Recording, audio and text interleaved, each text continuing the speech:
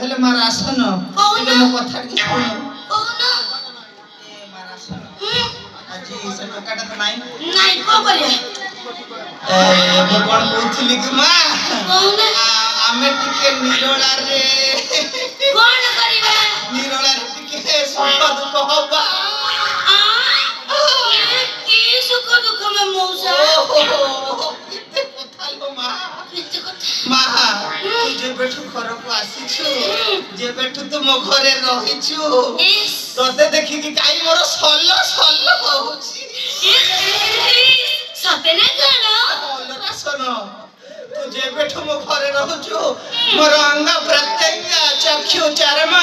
kidney kalij ସବୁ ସାଲ ସାଲ ସାଲ ସାଲ ହେଇଯାଉଛି ଲୋ ରାସନ ମଉସା ଇଏ ତମର କଣ ହଉଛି ସଲ ସଲ ସଲ ସଲ ମାନେ ସେଇଟା କଣ ସଲ ସଲ ଯାହା ହୁଏ ସେଇଆ ହଉଛି ଲୋ ରାସନ ମା ଇଏ ବୁଢା କାଳେ ତମର ବି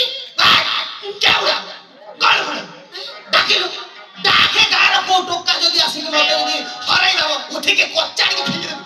କହିଲା କଣ ନା ବୁଢା ମାନେ ବୁଢା କାଳେ ତମର କଣ ଏଇଠି ହଉଛି ଆରେ ବୁଢା ଲୋ ମୋ ବୁଢା ଖୋଲ ମତେ ମୁଁ ଏବେ 25 ବର୍ଷ ଯୁବ ଏ ରାସନ ତୁ ସେ ଏପିଏଲ ସାଙ୍ଗରେ ମିଳାମିଶା କରନା